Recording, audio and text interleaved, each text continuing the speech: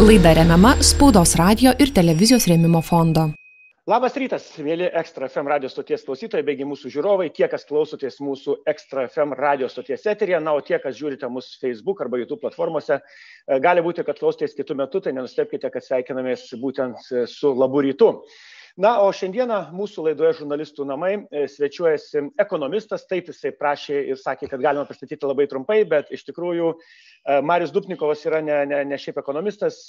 Šiais metais kolegos iš Reitingo žurnalo ir Delfi išrinko vienu iš įtakingiausių ekonomikos srities veikėjų. Jis dirba Verslo konfederacijos viceprezidentu bei Vilniaus universitete dėsto studentams, būsimiems turbūt ekonomistams. Labas rytas. Labas rytas. Mielas Mariau, patį pakvietėm pasišnekėti mūsų laidoje apie tai, ką mes vadiname karts nuo karto diagnozę arba būklę, kokios nors srities. Šį kartą pakalbėsime apie ekonomiką, nes mūsų valstybėje akivaizdžiai rudens sezonas politikams turėtų būti šiek tiek karštesnis ir dėl planuojamos vadinamos mokestinės reformos.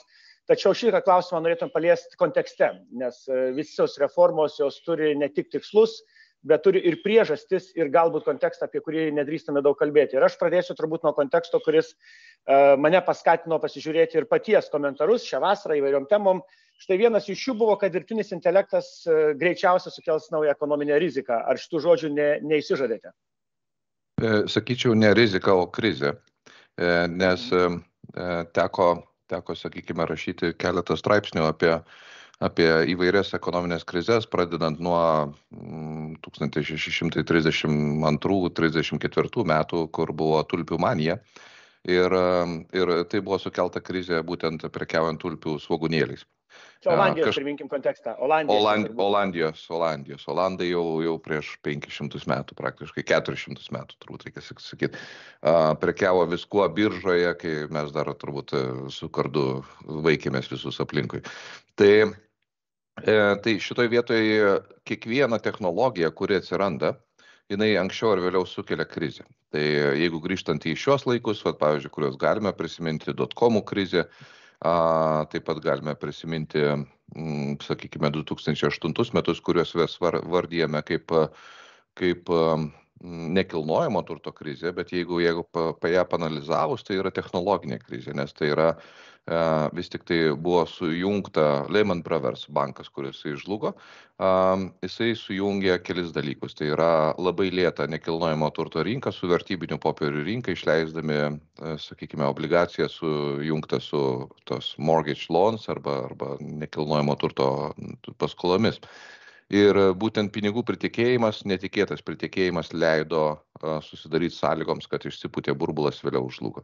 Iš dotcomų, vėlgi, jau daug kas turbūt neatsimena, bet iš dotcomų žlugo turbūt 90% kompanijų, kurios tenais buvo, bet mes turime tokius perlus kaip Amazon iš tų laikų atėję. Tai dirbtinis intelektas yra nauja technologija, kuri greičiausiai ir dabar jau yra juntama, kad jinai, pavyzdžiui, konferencijose dominuoja. Reikia pasisakyti apie dirbtinį intelektą, nors ne visi galbūt apie tai supranta, bet vis tiek reikia tai įterpti. Net moderatoriai dažniausiai naudojasi dirbtinio intelekto, taip sakant, įžvalgom, o ne savo originaliom. Taip, ir dirbtinis intelektas yra sekanti technologija, labai puikiai technologija, kuri reikia jos nesudėvinti, tai yra tiesiog instrumentas žmonijos raidoje, kuris dar pagelbės sukurti papildomai gerų apmokamų darbo vietų, bet labai tikėtina, kad mes matysime labai didelį burbulą. Tai yra atsiras kompanijų, kurios dirbtinį intelektą vadins savo širdimi ir dėl to įgys labai didelę vertę, o vėliau pasirodys, kad tai nieko nesigavo. Tai istorijoje tokių istorijų yra labai daug. Tai British South Seas Company, sakykime, 18 amžius turbūt. Tada, sakykime, garo variklio atsiradimas, geležinkelių krizė irgi. Ir mes tai matome, ta prasme, eilę metų iš metų, kai nauja technologija atsiranda, vis laikas sukelia krizę. Tai neatsisakau, manau, kad krizė bus, tik tai klausimas kada. Tai kada mes iškočiosime visą šitą temą iki tokio lygio, kad jau vien tik dirbtinis intelektas bus?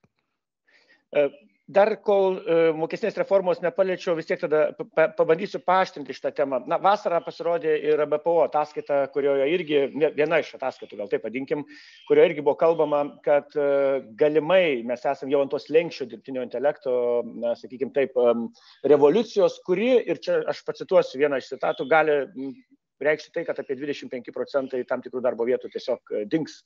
Ir čia yra iššūkis valstybėm. Kodėl aš tą šneku? Visos tos žinios ir mūsų Lietuvos žiniasklaidos pravilnijo kaip tiesiog žinios ir jos netapo nei didelių debatų, nei politinių, nei kitokių priežastimis iš viso pakalbėti apie kontekstą kelerių metų, gal ir 14 į priekį, juolab, kad kitą metą įvairūs rinkimai artėja, tačiau tai nusklido tiesiog kaip kažkokios užsienio žinios ir kiti dalykai.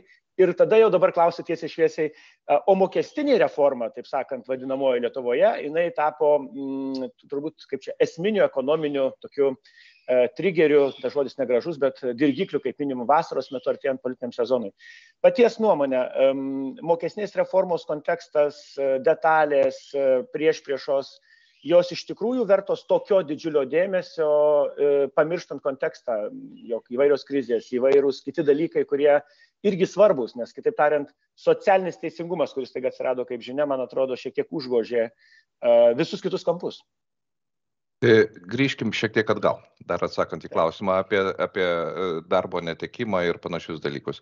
Tai galbūt šiek tiek džiugu, kad ta tema nepapuolė į žiniasklaidą dėl to, kad žmonės neteks darbo dėl dirbtinio intelekto ir taip toliau, bet noriu pailiustruoti keliais skaičiais. Praėjusiu metu lapkričio 15 dieną buvo konstatuota, kad pasaulyje gyvena 8 milijardai žmonių.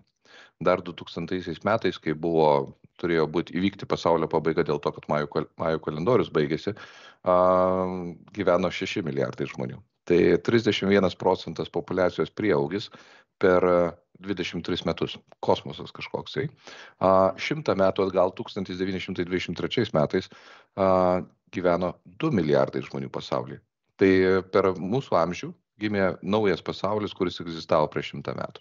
Tai čia labai yra įdomu ir visi šiandienai turi darbą. Tai yra Jungtinėse Amerikos valstijose nedarbas yra 3,5%, eurozonoje virš 6%, pas mus panašiai ir nereikia baimintis pokyčių. Tai tik tai norėjau rakursą padaryti, nes pats Dainiau darėjai tai, kad yra gali būti krizė. Aš tiesiog citavau, Mielas Mariau, aš prašiau paties įžvalgų dėl to, kad ta žinia tiesiog buvo išmesta ir nesuprasi, koks jos tikslas buvo. Tiesiog jinai taip pravilnijo. Jo, o tai kas liečia mokesčių reformą, tai yra labai įdomus atvejis, kurį reikėtų narplioti ir kurį greičiausiai su studentais turėsime apžvelgti ir pasižiūrėti, kaip tai buvo daroma ir kaip tai buvo daroma blogai. Bet kokia atveju... Pabandykime panarplioti nuo pradžių. Mielas Mariau, žiūrėkit, tada pradėkime nuo pradžių, nes laiko turim šiandien laidoje.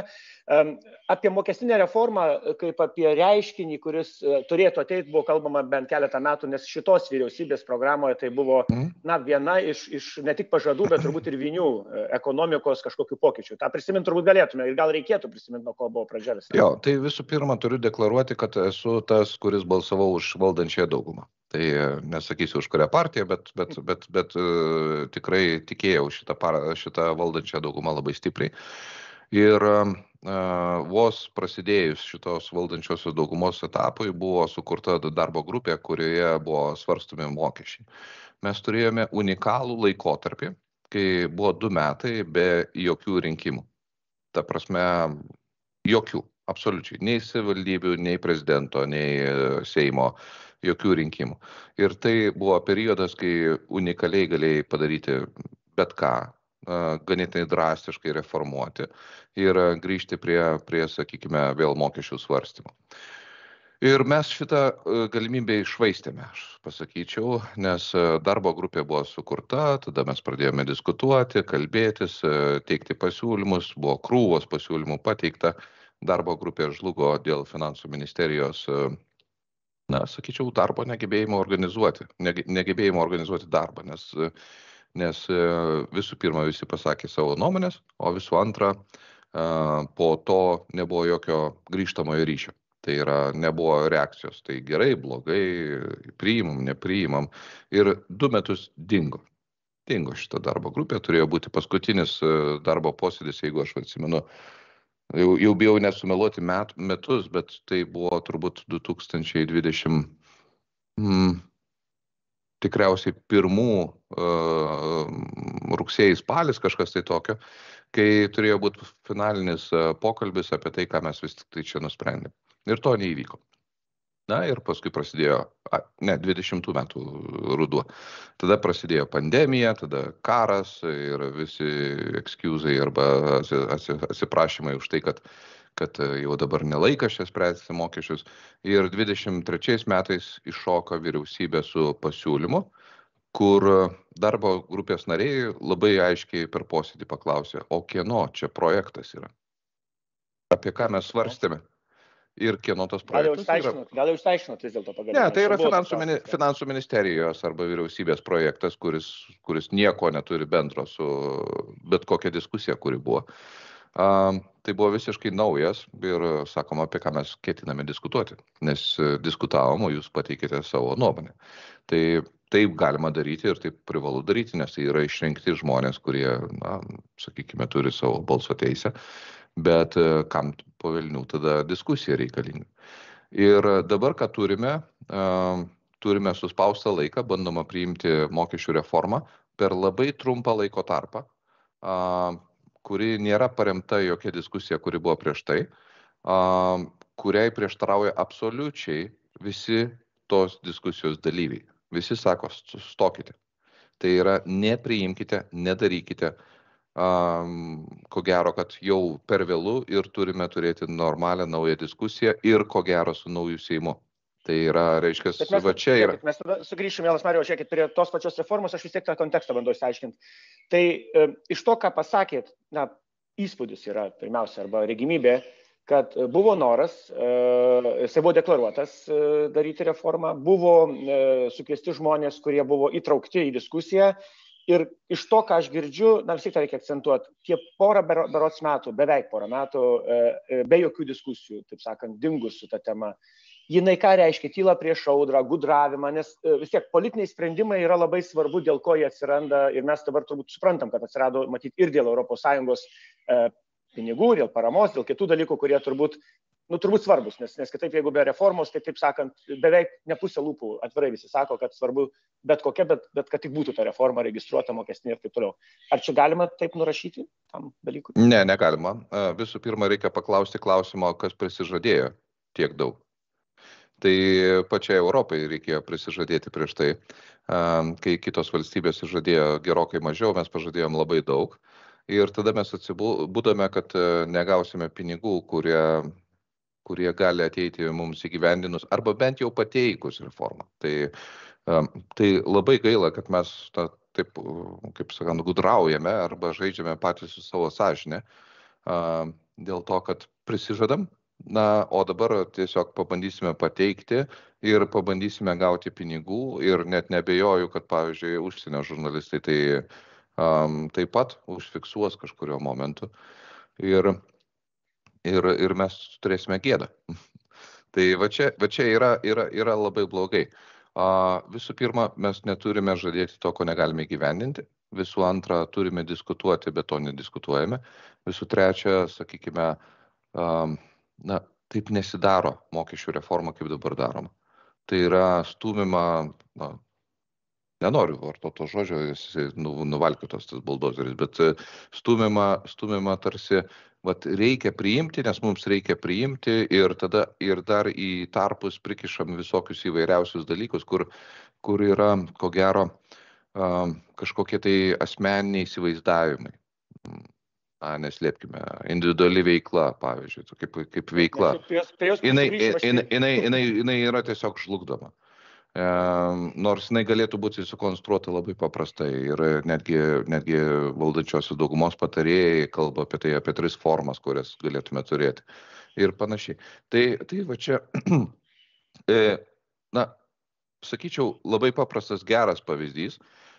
Lietuvos istorijoje visai nesenai, dar prieš turbūt dešimtmetį, turbūt 6 metus gal, buvo darbo kodeksas. Tai ties darbo kodeksu buvo laužomos ietys, tai buvo kalbama, diskutuojama, pjaunamasi visaip kaip įmanoma. Vėliausiai buvo mitingai vyko profsąjungos, jos visi susitarė ir šiandien dienai mes neatsimenam to praktiškai. Tai darbo kodeksas veikia, pagal jį gyvename. O mokesčių reforma, panašu, kad nevyksta to keliu, kuris vyko tuo metu. Netgi viena iš politinių partijų turbūt prarado savo elektorato dalį, kai priėmė. Tai apie tai mes iš tikrųjų dabar pašnekėsim. Kontekstas visiškai akivaizdus ir aiškus, kad jis yra matyti politinis ir asmeninis kai kurių politikų, bet žiūrėkit, tada pabandykim dekonstruoti antrojo pokalbio dalyje. Viena iš temų, kuri man atrodo bene svarbiausia ir apie ją čia dabar daug kalbos, tai yra vadinamas gyvulių ūkio naikinimas. Ta termina yra ypač pamėgęs vienas iš irgi įtakingiausių Lietuvos ekonomikos veikėjų, Raimundas Kuodis, bet tas gyvulių ūkis buvo visą laiką kalbama, kad individuali veikla ir žmonės, kurie dirba samdomą darbą pagal darbo sutartis, turėtų būti vienaip ar kitaip suvienodintas. Ir apie tai, kur čia slypi pakastas vadinamasis šuo, iš karto po trumpos pertraukėlės. Laida remiama Spaudos radijo ir televizijos rėmimo fondo. Grįžtame prie pokalbio. Šiandieną žurnalistų namuose bandome diagnozuoti, kokiagi čia būklė Lietuvos ekonomikos yra šiuo metu ir kas laukia atsižvelgiant į rudens politinį sezoną, kalbant apie mokestinę reformą, kokia ta mūsų ekonomika atrodys artimiausiais metais ir kaip ją paveiks, jeigu įvyks vienokie ar kitokie mokestiniai pokyčiai. Ir su Marium Dubnikovu šiandieną kalbamės, todėl kad, jeigu jau tyrimai rodo, kad jis vienas įtakingiausių Lietuvos ekonomistų, tegul ir sako savo nuomonę šiandieną.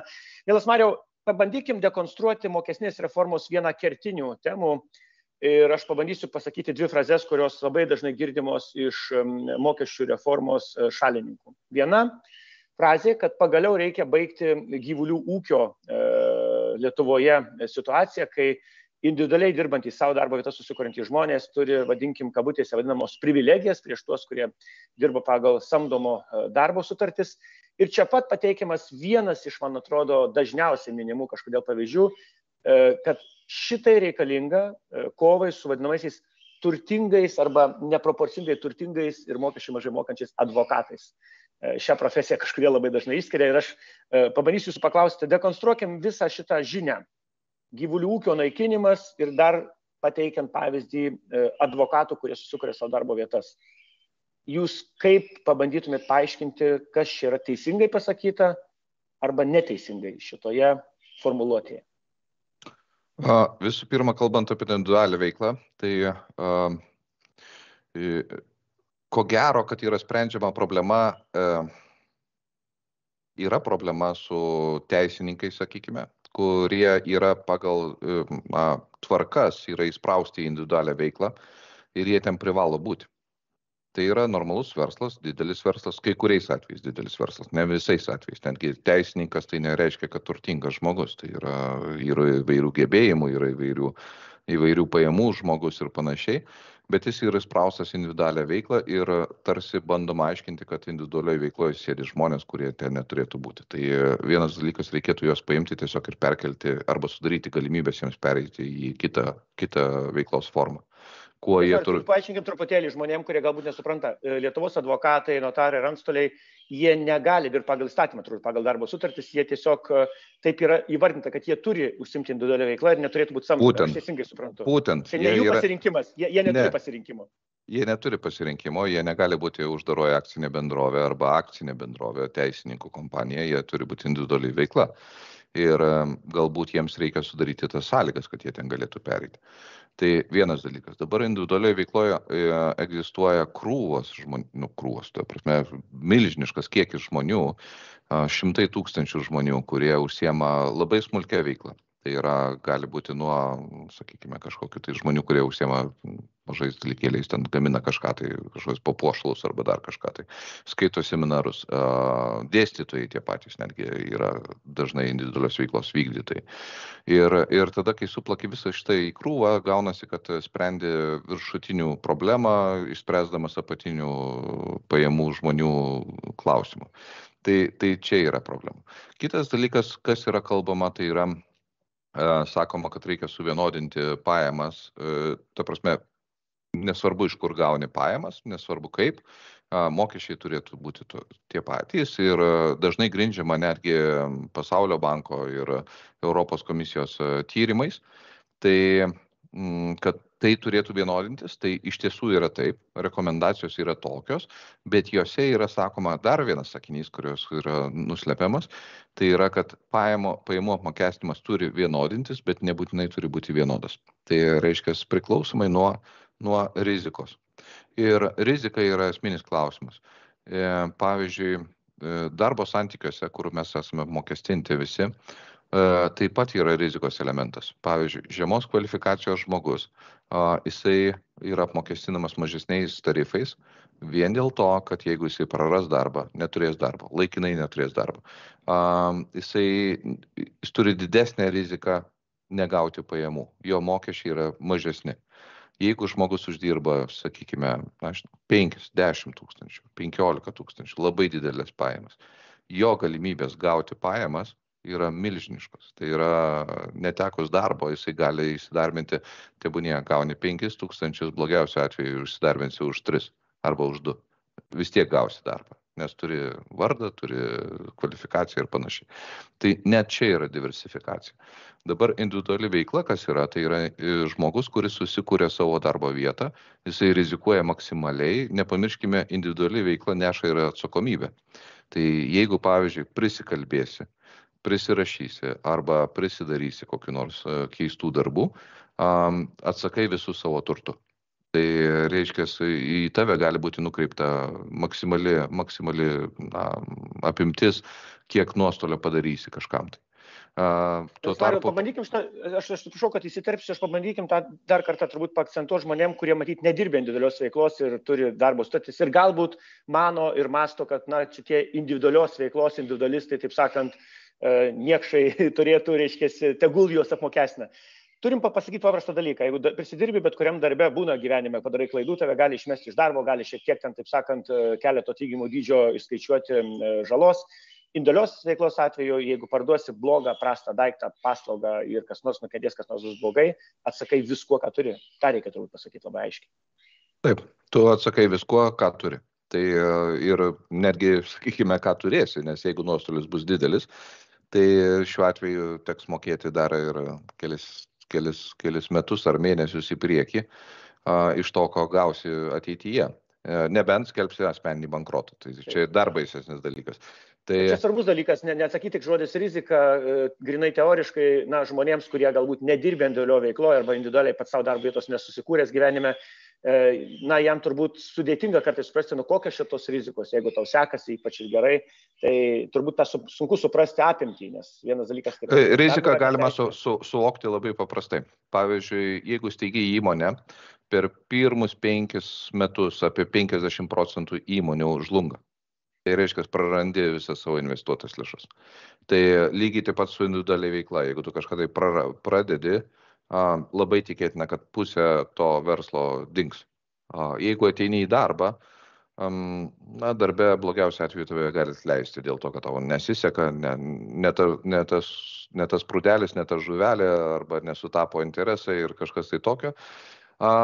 Ir maža to, jeigu vis tik tai darbo netenki, gausi nedarbingumo išmoką. Jie gausi 9 mėnesius. Dabar nauja mokestinė reforma vėlgi siūlo, pavyzdžiui, individualiai veiklai daryti taip pat mokėti papildomus mokesčius ir turėti nedarbingumo išmoką. Bet aš nekartą esu ministerijoje paklausęs, o kaip jūs įsivaizduojate individualios veiklos vystytoje, kuris deklaruoja savo nedarbingumą.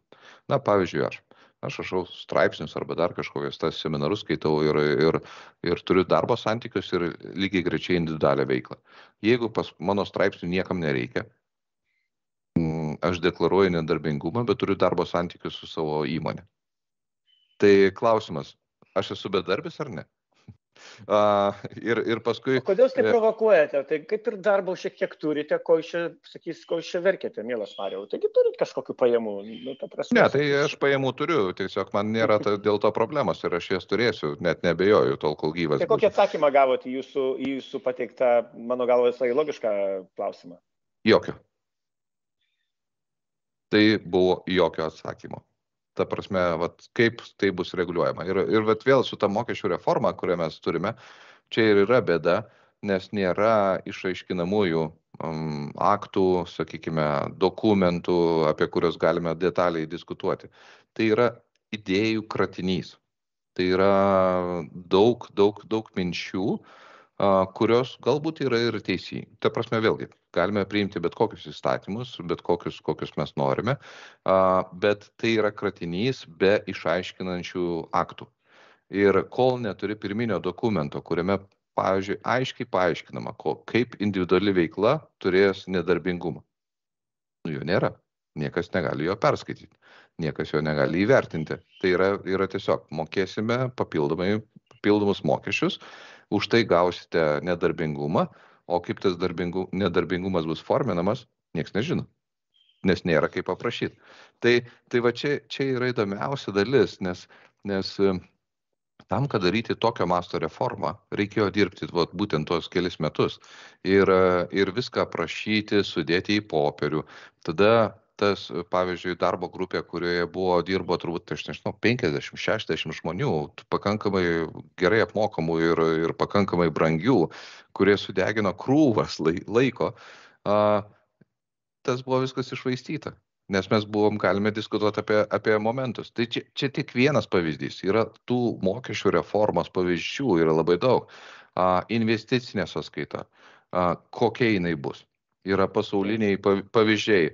Didžioji Britanija vienokia, Suomija kitokia, Švedija dar kitokia, Vokietija dar kitokia. Tie dalykai egzistuoja. Pas mus investicinė sąskaita. Deklaruojam, kad turėsime investicinę sąskaitą, bet nežinom, kaip jinai yra. Verslo sąskaita, vėlgi individualios veiklos. Kur jinai yra prašyta? Niekas nežino. Tai va čia yra tokie kertiniai klausimai, kur reikėjo padaryti namų darbus ir mes jų nepadarėme. Aš sakau mes, nes nepadarėme, nesusitarėme, nesugebėjo verslo organizacijos susitarti su valdžia ir visuomenė nesugebėjo išreikalauti, ko turbūt ir turėjo reikalauti. Na, aš vis tiek norėčiau tą terminą gyvulių ūkis ne šiaip savo pavartoti, nes man toks įspūdis. Aš tai labai norėčiau mesti gyvulių ūkis. Jis tai labai dažnai vartojamas iš tikrųjų diskusijose, nubrėžiant santykį tarp tam tikrų žmonių ir valstybės ir paaiškinant, kad tam tikrą auditoriją suprask, jeigu ir nėra patys gyvuliai, tai kaip minimum jie kažkokie neteisingi. Jūs galite pasakyti, kad tas terminas iš tikrųjų turbūt žalingas yra, diskutuojant apie bet kokią reformą? To žmogaus autoriaus, sakykime, šito termino yra dar keli terminai, tai yra mokesčių akmens tampimas, ten po liberalų, sakykime, kritikavimas ir panašiai. Tai yra kažkas panašaus, tai yra iš vienos pusės mes turime gyvulių ūkį, iš kitos pusės mokesčių akmenį, bet mes turime 3V, tai yra verslas, valdžia, visuomenė. Ir šios 3V turi tarpusavį susitarti ir mes nesame kažkokie tai gyvuliai arba kažkas tai, sakykime, individualios veiklos vykdytojas, kuris moka mokesčius pagal nustatytas tvarkas. Jisai nėra gyvulys ir tikrai negali būti jo taip vadinama. Tai yra absurdiška, kas ir mes ką matome, pavyzdžiui, net iš finansų ministerijos lūpų kartais tas žodis išsprūsta. Tai būk žmogau, pakeisk tvarką tada, jeigu tau jinai nepatinka, bet žmogus, kuris moka mokesčius, negali būti vadinamas gyvulys. Šalia lieka žmonės, kurie nemoka mokesčių ir jie taip nėra vadinami. Tai yra žmonės, kurie tiesiog yra šešėlyje. Tai man kažkaip tai netgi turint individualią veiklą, sakyčiau, kad šešėlyje būti yra gerokai lingvistiškai lengviau negu būti gyvuliu. Tai va čia yra esminis dalykas, tai yra nepagarba mokesčių mokėtojui. Svariau, viena tema, kuri, man atrodo, irgi mažai mokestinės reformos kontekste minima, apskritai, kokia yra ekonominė situacija, bręstanti, gal taip vadinkim, ne praeities ekonomika, ne šios dienos, bet artimiausiais mėnesiais, galbūt metais. Ir čia kontekstas labai svarbus, turbūt pradedant Europos centrinio banko palūkanų kėlimu tiems žmonėms, kurie atidžiai stebi, turėdami kreditus įvairius ten dėl būsto, tiek ir kitos žinios, kurios pasiekia mus. Ir man atrodo, esminis klausimas, kurį turėtume paliesti šioje dalyje, ar mokestinė reforma iš tikrųjų kalba apie socialinę socialinį teisingumą, ar tai yra būdas, apie jį irgi šnekama, tiesiog papildomai surinkti pinigų ten, kur atrodo jų galėtų trūkti. Bet apie tai iš karto po trumpos pertraukėlės. Laida remiama Spaudos radijo ir televizijos rėmimo fondo. Grįžtame prie pokalbio. Šiandieną žurnalistų namuose Ekstra FM eteryje Marius Dubnikovas, ekonomistas, kuris dėsto studentams Vilniaus universitete, beigi Verslo konfederacijoje yra viceprezidentas.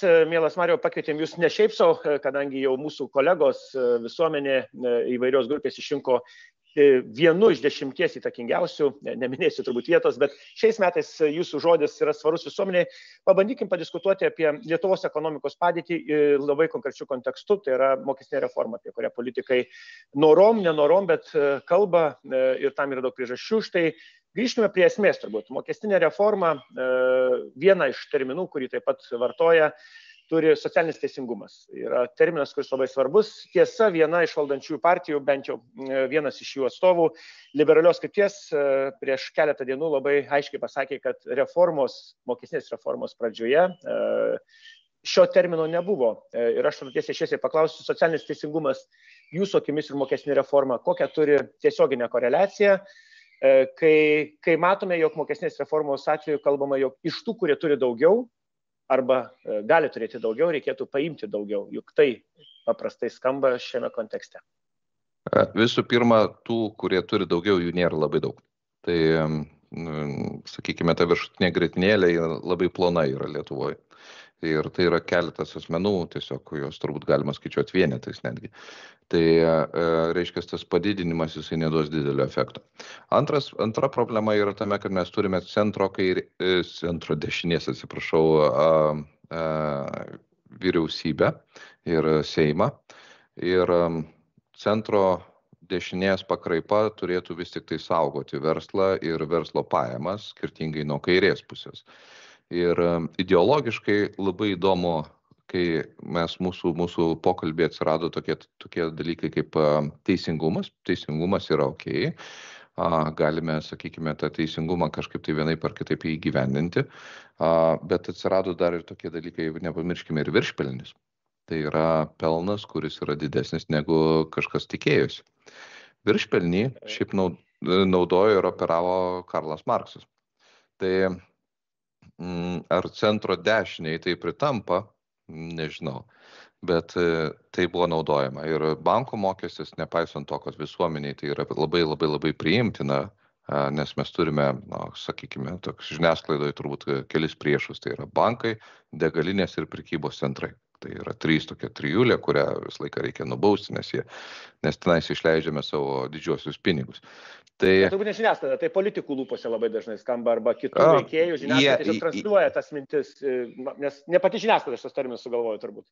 Jo, bet jinai naudoja, nes tai yra labai, kaip sakant, tai atkreipia dėmesį. Ir su bankų mokesčiu mes padarėme patį baisiausią dalyką, tai yra, kurį galima padaryti. Pavadinom solidarumo mokesčių, skamba gražiau, negu galėtume įsivaizduoti. Taip, dešinės vyriausybė, solidarumo mokestis, labai gražiai skamba vienas dalykas. Antras dalykas tai yra, mes siekime pritraukti naujus bankus, uždėdami jiems 60% pelno mokestį. Tai bijau prognozuoti, nes nors viena mano prognozija išsipildys, tai kad nei vienas bankas į šią šalį neateis. Jokios konkurencijos papildomai nebus, nors mes turime tos konkurencijos, turime kredito unijas, turime bankus, turime fintechus ir panašiai, bet solidarumo mokestis. Tai va čia ir yra ta didžioji drama, kurią mes turime šioje vyriausybėje, tai yra, kad mes turime solidarumo mokestį, mes turime viršpelnius, mes turime, sakykime, socialinį teisingumą, kas yra normalu, kas mes turime susitarti kaip visuomenė, kas kiek moka ir taip toliau. Bet į diskusiją, kurią mes veliamės, dažnai reaguojama piktai. Tai yra, pavyzdžiui, socialinis teisingumas. Labai įdomus klausimas. Socialiniam teisingumui mes turime susitarti.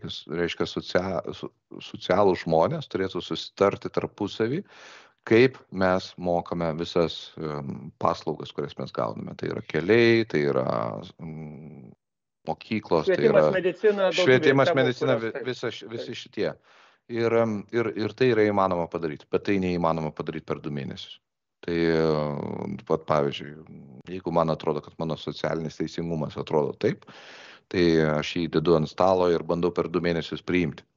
Tai kas tai yra? Tai yra spaudimas, tai yra, reiškia, savo idėjas stumimas, kas yra gerai, kiekvieno politiko turbūt tikslas yra savo idėjas realizuoti, bet nesinorėtų, kad tokia diskusija būtų būtent tokiais svarbiais klausimais, kaip individuali veikla, kaip ir, sakykime, visi kiti dalykai per 2 mėnesius. Ir galiausiai ateina fiskalinis efektas. Tai fiskalinis efektas, jeigu vėlgi paaiškinu, kas tai yra, kiek mes vis tik pinigų gausime iš to. Nes čia esminis klausimas. Viltis turbūt yra surinkti daugiau pinigų viešajam sektoriui. Aš taip supratau socialinio teisingumo idėją, paimant iš tų, kurie teoriškai, hipotetiškai, o gal ir praktiškai turi tų pinigų. Reiškia, jų yra tų pinigų. Tai, bet vėlgi, jeigu prisimintume pirminį projektą, kuris turbūt 23 metų pradžioje pasirodė, tai jo fiskalinis efektas arba papildoma pinigų įplauka į biudžetą buvo 200 milijonų, kas yra maždaug apie 1% biudžeto. Tai jeigu įsivaizduotume labai paprastai, pavyzdžiui, žmogus savo šeimos biudžete 1% pinigų, jeigu gauni 1000 eurų, tai klausimas yra 10 eurų. Ar verta išerzinti visą šeimą dėl 10 eurų? Dėl to, kad bus in ar out, arba į, arba iš. Ir tas 10 eurų, va čia ir yra klausimas, kuris visus erzina, visiems permaišo kortas, visi galvoja, kaip pakeisti savo veiklą, vien tik tai už tai. Dabar sekantis projektas, kuris yra paskutinis ir kuris keliaus į Seimą, tikėtina, kad fiskalinis efektas, aš nemačiau skaičiaus, nes nebuvo įvertinta, bet buvo padarytos tam tikros nuolaidos, nes buvo susidurta su spaudimu iš visuomenės ir tas skaičius bus greičiausiai mažiau negu 100 milijonų. Tai jeigu vėlgi iš šeimos biudžeto, tai turbūt mažiau negu 5 eurai klausimas. Tai va čia yra pats įdomumas, kad mes laužom ietis dėl tokių dalykų. O pati pradžia, nuo ko mes pradėjom pokalbį, tai yra, kad kažkas tai prisižadėjo ir kažkas turi prisimti atsakomybę, kad prisižadėjo Europos Sąjungai įvairius reformas ir dabar jas imituoja su šeimos lygyje 5 eurų biudžetu, erzina visas veiklos sritis, ardo, sakykime, sukurtas sistemas ir taip toliau. Tai va čia yra drama, tai yra pats didžiausias klausimas, į kurį reikėtų atsakyti, ta prasme tiesiog. Nes ir kas įdomiausia, kad visų šitų reformų autoriai, jų nėra autorių, nėra pavardžių, kurios pasirašo. Tai yra einama į Seimą, bandoma turėti tokią, kaip pasakyti, visuotinę atsakomybę.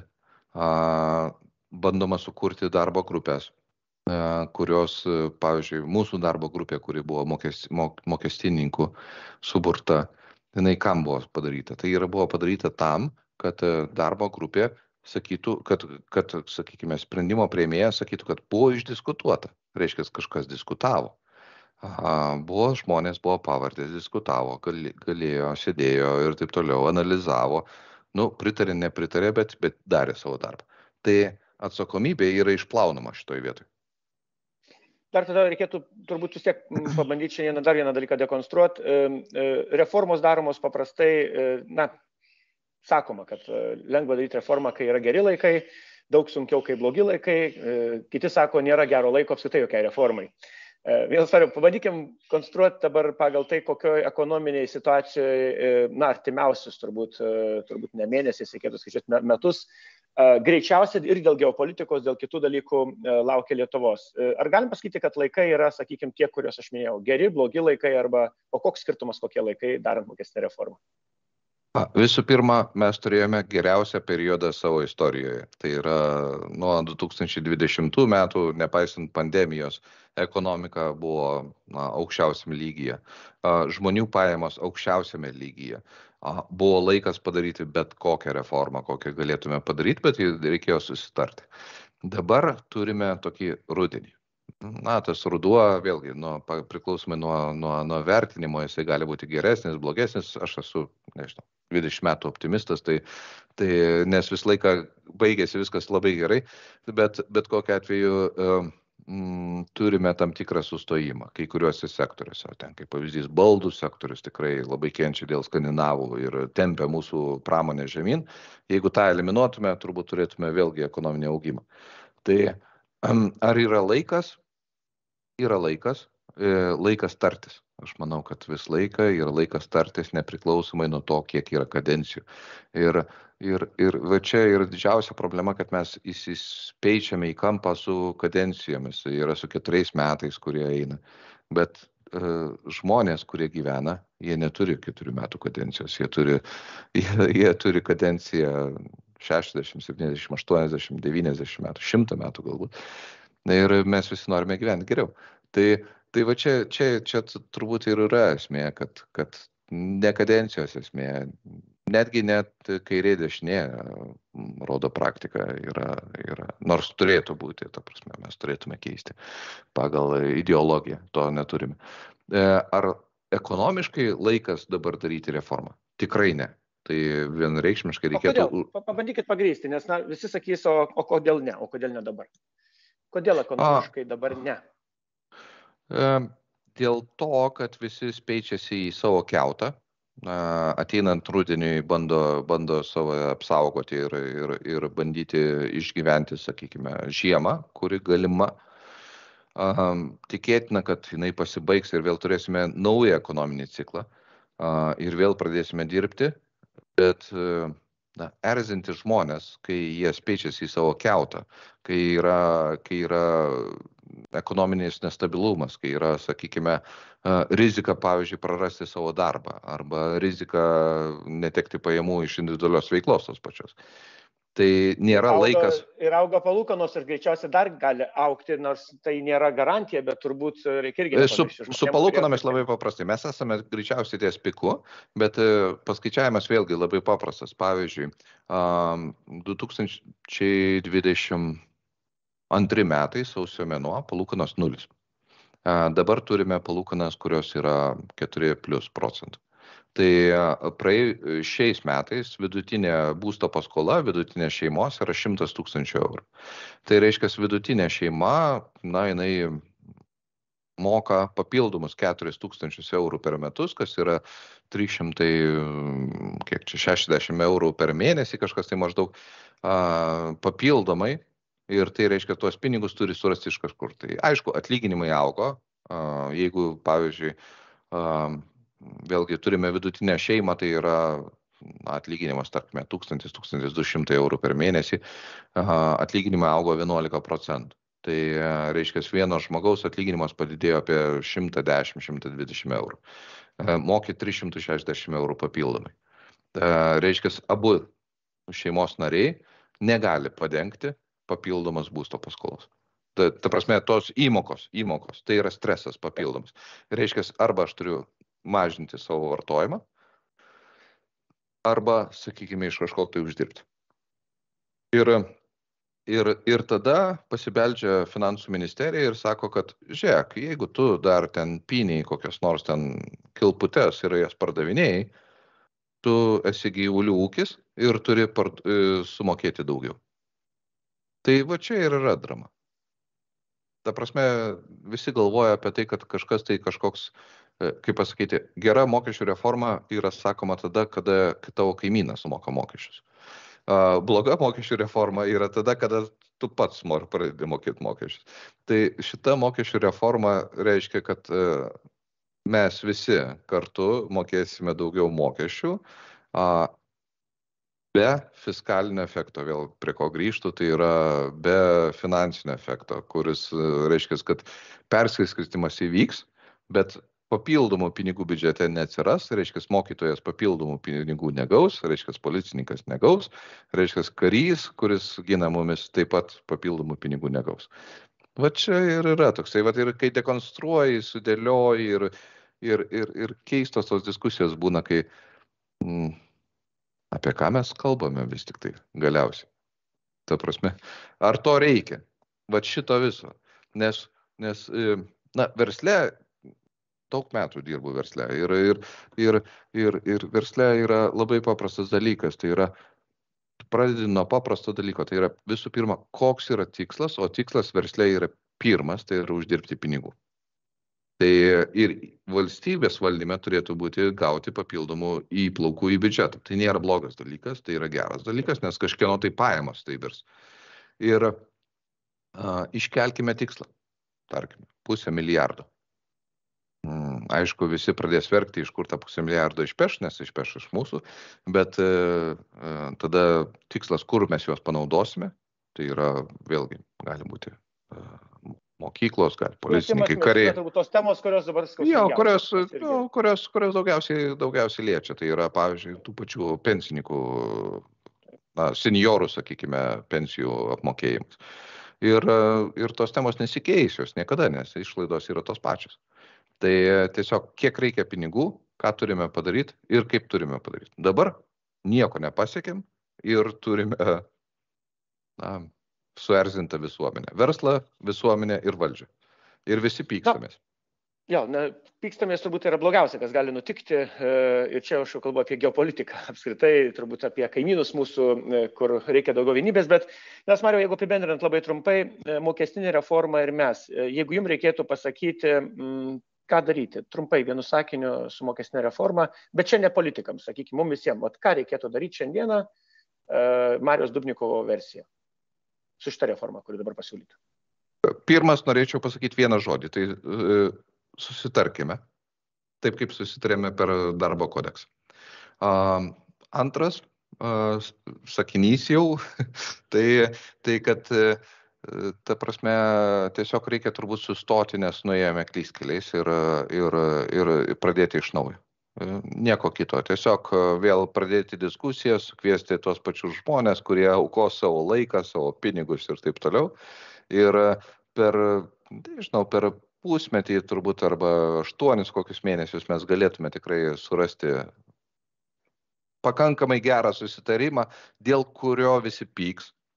Bet jeigu jį priimsime, vėlgi jisai įsigyvendins ir leis šitai šaliai toliau klestėti, nes nepamirškime, esame turbūt, jeigu ne pati geriausia šalis, bet viena iš geriausių šalių, kuri ištrūko iš Sovietų Sąjungos ir ekonomiškai nudardėjo taip toli, kad kitiems net tik pasvajoti verta.